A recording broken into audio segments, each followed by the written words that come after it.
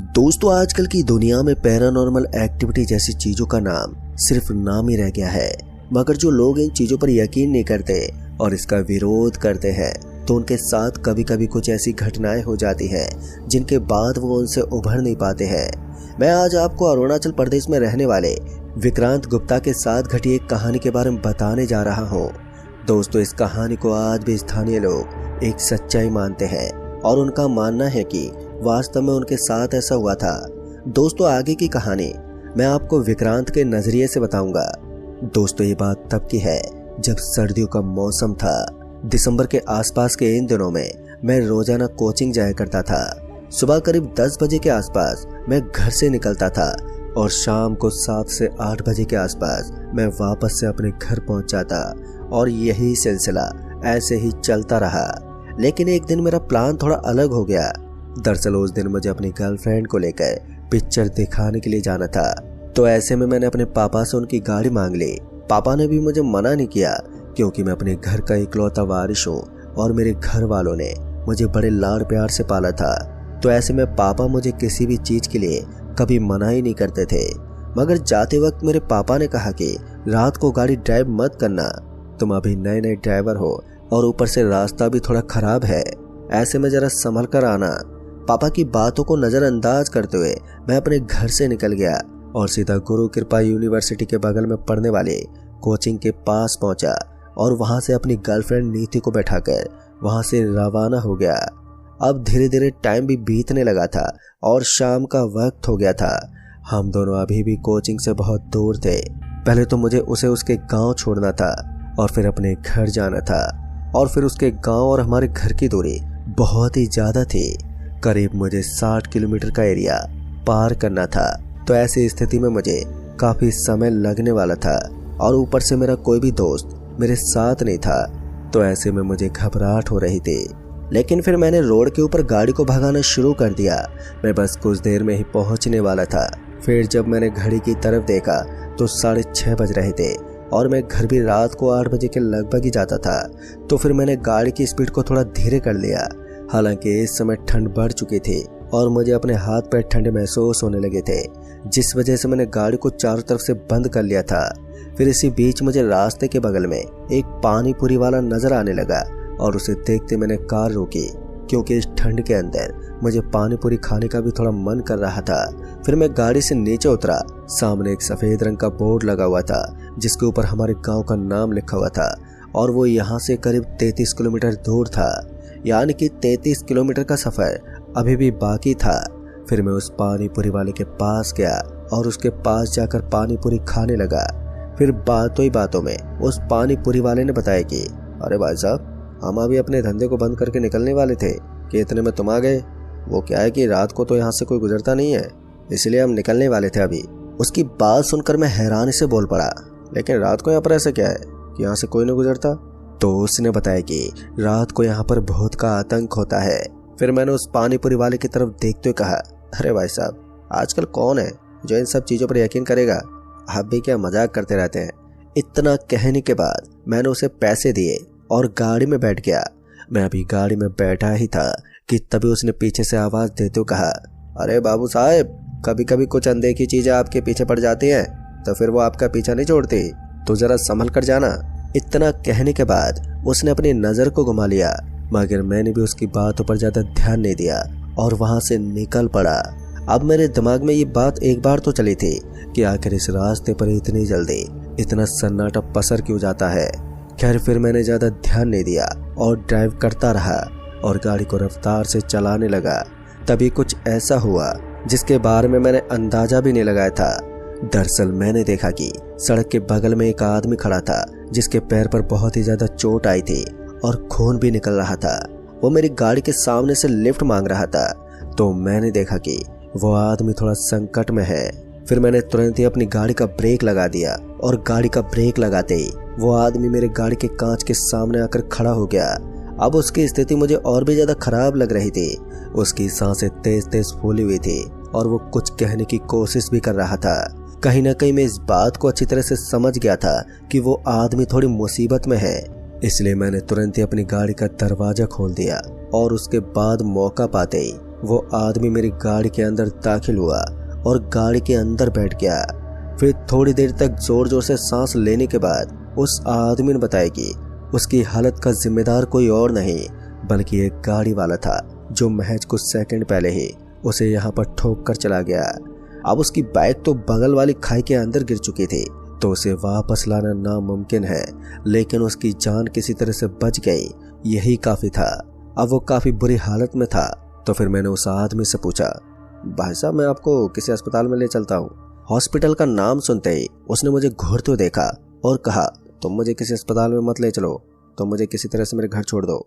पर मुझे समझ में नहीं आ रहा था कि इतना चोटिल होने के बाद भी वो अस्पताल में क्यों नहीं जा रहा था, मगर मैं उसकी जिद के ऊपर कुछ बोल नहीं पाया और फिर मैंने अपनी गाड़ी को उसी तरफ चलाना शुरू कर दिया जिस तरफ वो मुझे लेकर जा रहा था। लगभग 10 से 15 मिनट बीत गए और उसके बाद हम एक सुनसान जगह पर पहुंच गए। दरअसल मैंने देखा कि ये रास्ता तो पहले वाले रास्ते से भी कहीं ज्यादा डरावना सा लग रहा था। रास्ते के दोनों तरफ एकदम खाली जगह थी और कुछ जगह पर टापू बने हुए थे जहां पर कुछ लोग निवास करते हो।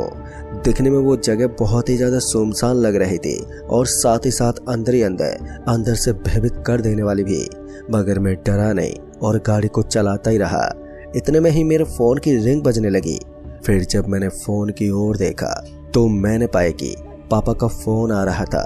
मैंने तुरंत ही फोन उठाया और पापा को सारी बात बता दी, पर मेरी बातों को सुनकर पापा भी समझ गए थे कि जरूर मैं किसी आदमी को मुसीबत से बाहर निकालने में लगा हुआ हूँ। तो उन्होंने मुझे ये बोलकर फोन काट दिया कि जल्दी से घर पर आ जाना। फिर जब मैंने उस आदमी की तरफ देखा तो मैंने पाया कि अब वो आदमी दर्द से मुक्त हो चुका था। ऐसा लग रहा था जैसे कि अब उसके शरीर की सारी चोट बिल्कुल ठीक हो चुकी थी, मानो उसे कुछ हुआ ही नहीं था। ये सब मुझे थोड़ा अजीब लग रहा था, इसलिए मैंने उस आदमी से कहा, भाई साहब मुझे ऐसा क्यों लग रहा है जैसे कि आपके शरीर पर बिल्कुल कम चोट आई थी। अब मेरी बात सुनकर उस आदमी के चेहरे पर एक हल्की सी मुस्कान आ गई। पता नहीं क्यों, लेकिन उसकी वो हल्की सी मुस्कान भी उस समय मेरे डर को और भी ज्यादा बढ़ा रही थी। पर मैं फिर भी अपने आप को संभालते बोला, वैसे भैया अभी तक आपका घर नहीं आया, अब कितनी दूर चलना है। तभी उसने सामने की तरफ इशारा किया। वहां पर मुझे पुराने से खंडर पड़ी जगह पर कुछ ईंट पत्थर नजर आ रहे थे और उन्हें देखते ही मैंने कहा, यहाँ पर आपका घर कैसे हो सकता है, यहाँ पर तो दूर दूर तक कोई भी नहीं है। लेकिन अब उस आदमी ने मुझसे बात करना भी बंद कर दिया था। उसका नेचर बिगड़ चुका था। उसके व्यवहार को देखकर मुझे अजीब सा लग रहा था। तभी उसने मुझे गाड़ी रोकने को कहा। इस बार उसकी आवाज बहुत ही ज्यादा भारी हो गई थी और उसके सुनने से ही मेरे शरीर में सनसनी मच गई थी। फिर वो तुरंत ही गाड़ी से नीचे उतरा और बोला, चलिए ना भाई साहब एक कप चाय पी लेते हैं, उसके बाद चले जाना। तो मैंने इस पर उसे मना कर दिया। उसने दोबारा से अपनी जिद की, लेकिन फिर से मैंने मना कर दिया। पर तीसरी बार तो उसने हद ही पार कर दी थी। उसने मुझे गुस्से से देखते हुए कहा, जैसा कह रहा हूँ वैसा करो, वरना तेरी जिंदगी यहीं पर खत्म कर दूंगा। अब ये सुनते ही मेरे हाथ पैर फूल गए थे। मैं अंदर से बुरी तरह से कांप रहा था, लेकिन फिर भी मैंने उसे दिखावा करते हुए कहा, अरे भाई साहब अभी अच्छा मजाक कर लेते हैं। जब मुझे लगा कि ये आदमी इतनी आसानी से नहीं मानेगा तो मैं तुरंत ही गाड़ी से नीचे उतर गया। हालांकि मुझे उस आदमी का बर्ताव काफी अजीब लग रहा था और साथ ही मुझे उससे डर भी लग रहा था, लेकिन उसके डर की वजह से ही मुझे नीचे उतरना पड़ा था। फिर मैं जैसे नीचे उतरा तो मैंने देखा कि उसका घर बहुत ही पुराना सा लग रहा था। उसके घर के बाहर का दरवाजा भी टूटा फूटा था। तो मैं तुरंत उस आदमी के पीछे पीछे उसके मकान के अंदर चला गया। पर पहली बार जैसे ही मैंने उस मकान के अंदर कदम रखा तो मेरा मुंह मकड़ियों के जाले से भर गया और मैं जोर जोर से खांसी लेने लगा। कहीं ना कहीं मैं समझ गया था कि मैं गलत जगह पर फंस गया हूँ और इसलिए मैंने उस आदमी से कहा, भाई साहब मैं जरा 2 मिनट में आता हूँ। मैंने अभी इतना कहा ही था कि तभी उसने मेरा हाथ पकड़ा और फिर मुझे जोर से घसीट लिया। तो मैं लड़खड़ाते हुए एक बार के लिए पत्थर से जा टकराया और फिर अंदर की तरफ जाकर गिरा। मुझे इतना तो एहसास हो गया था कि मैं उस मकान के अंदर आ गया हूँ और अब मुझे और भी ज्यादा घबराहट हो रही थी। पता नहीं वो आदमी किस टाइप का था, बार बार मुझे अजीब तरह से घूरता और मेरे साथ अजीब तरह का व्यवहार करता। इतना तो साफ हो चुका था कि उसके शरीर पर कहीं भी खरोंच नहीं थी और सारा का सारा उसका बिछा हुआ एक जाल था जिसमें मैं बुरी तरह से फंस गया था। तभी उस आदमी ने कहा, चुपचाप इस टेबल पर बैठ जाओ, मैंने अपनी आंखें खोलकर देखा तो मैंने पाया कि वहां पर एक लालटेन की रोशनी जल रही थी और चारों तरफ जानवरों की हड्डियां बिखरी हुई थी। मुझे वहां पर कुछ इंसानी टाइप की खोपड़ी भी दिखाई दे रही थी, पर अब मुझे समझ में नहीं आ रहा था कि ये सब असली है या फिर नकली। मेरी सांसें अब तेज तेज होने लगी थी और मुझे उस आदमी से बहुत ही ज्यादा डर लग रहा था। फिर मैंने उस आदमी की तरफ दबी हुई जुबान में कहा, भाई साहब ये सब क्या है? मेरा ये सवाल सुनते ही उस आदमी के चेहरे पर मुस्कान आ गई और उसने कहा, तुम्हारी मौत का गेम। दोस्तों उसके मुंह से बस ये 3-4 शब्द ही निकले थे कि उसके बाद वो खामोश हो गया और उसके बगल में पड़ी हुई लालटेन की रोशनी अब हिलने डुलने लगी थी। ऐसा लग रहा था कि ये रोशनी भी अब बुझने वाली है। इससे पहले ही मैंने हिम्मत दिखाई और उसके बाद मैं दम दबाकर वहां से भागने लगा। मैं सीधा अपने गाड़ी के पास आया और दरवाजा खोलकर गाड़ी के अंदर दाखिल हो गया। तभी मैंने सोचा कि मैं जितना जल्दी हो सके यहाँ से निकल जाऊंगा, लेकिन जैसे मैंने गाड़ी को स्टार्ट करने की कोशिश की तो मैंने पाया कि गाड़ी की चाबी तो उसी मकान के अंदर रह गई थी। अब ये देखकर एक बार के लिए तो मेरा दिमाग खराब हो गया था, पर मेरे पास इतना समय नहीं था कि मैं यहाँ पर रुककर अपनी किस्मत को कोसूं। मैंने तुरंत ही वहां से भागना शुरू कर दिया। मैं गाड़ी से उतरकर उसी रास्ते से भागने लगा था जिस रास्ते से हम यहाँ पर आए थे। लेकिन हैरानी तो अब इस बात की थी कि भागते भागते मैं काफी दूर आ गया था, लेकिन एक बार भी मुझे इस तरह का एहसास नहीं हुआ जैसे कि कोई मेरे पीछे भाग रहा था। ऐसा लग रहा था जैसे कि उस आदमी को मुझसे कोई मतलब ही नहीं था। थोड़ी दूर और आगे जाने के बाद मैं एक मोड़ पर पहुंचा और उस मोड़ के बाद यहाँ से रास्ता करीब 2 किलोमीटर आगे था और वहां जाकर ये रास्ता एक गवर्नमेंट स्कूल के पास पहुंच जाता। वो गवर्नमेंट स्कूल इस रास्ते से थोड़ा आगे ही था और वहीं पर एक छोटा सा कस्बा भी पड़ता था। बीच बीच में छोटे छोटे टापू भी थे, लेकिन मैंने इतनी रात को उन टापू के अंदर जाना ठीक नहीं समझा, क्योंकि इतनी रात को अगर मैं किसी टापू में घुस गया तो फिर मेरे ऊपर मारपीट भी हो सकती थी। एक बार के लिए जब मैंने समय देखने की कोशिश की तो मैंने पाया कि इस समय रात के 11 बज रहे थे और इसी बीच मैंने अपने पापा को फोन लगाने की कोशिश भी की, क्योंकि मैंने पहले जब फोन करने की कोशिश की थी तो मेरे फोन में नेटवर्क ही नहीं था। मगर इस बार तुरंत ही फोन लग गया और फोन लगाते मैंने पापा को एक एक करके सारी बात बता दी। तभी मुझे ऐसा लगा जैसे कोई गाड़ी मेरा पीछा कर रही है। जब मैंने पलट कर देखा तो मैंने पाया कि ये तो मेरी ही वाली गाड़ी थी। अब ये देखकर मेरे होश उड़ गए। मैं इतना तो समझ गया था कि ये सब इस आदमी का ही किया धरा है। फिर इतने में ही वो गाड़ी मेरे बगल से होते हुए आगे जाकर रुक गई और उसका दरवाजा खुला तो मैंने देखा कि गाड़ी के अंदर कोई नहीं था। तभी मेरे पीछे से आवाज आई, इतनी जल्दी कहाँ भाग रहे हो बाबू साहब? जैसे मैंने पीछे पलट कर देखा तो मैंने पाया कि 6 फुट का एक लंबा कद कांटे का आदमी मेरे पीछे खड़ा है। ये कोई और नहीं बल्कि वही आदमी था, लेकिन इस बार इसका पूरा हुलिया बदला हुआ था।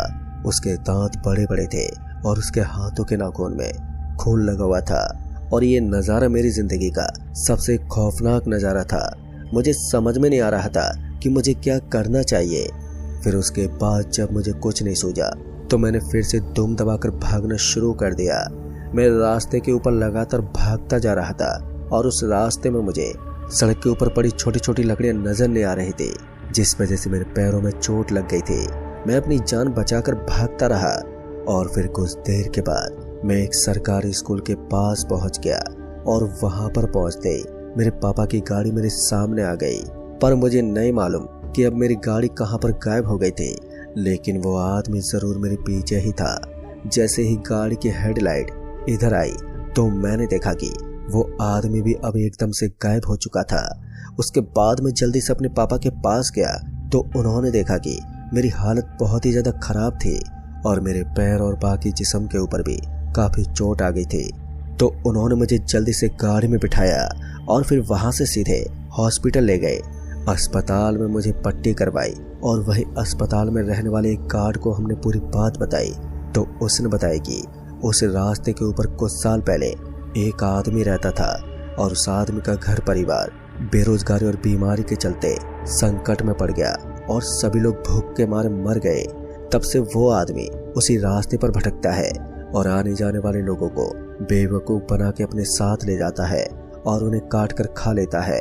अब वो एक पिशाच बन चुका है जो अपने एरिया में आने वाले किसी भी इंसान को जिंदा नहीं छोड़ता। दोस्तों ये सब सुनकर हमारे पैरों तले जमीन खिसक गई। फिर उस गार्ड ने बताया कि उसके चंगुल से बच पाना नामुमकिन जैसा है, लेकिन आपकी किस्मत बहुत ही अच्छी है जो आज आप वहां से बचकर निकल गए। तो दोस्तों इस कहानी में बस इतना ही। तब तक के लिए बाय एंड टेक केयर।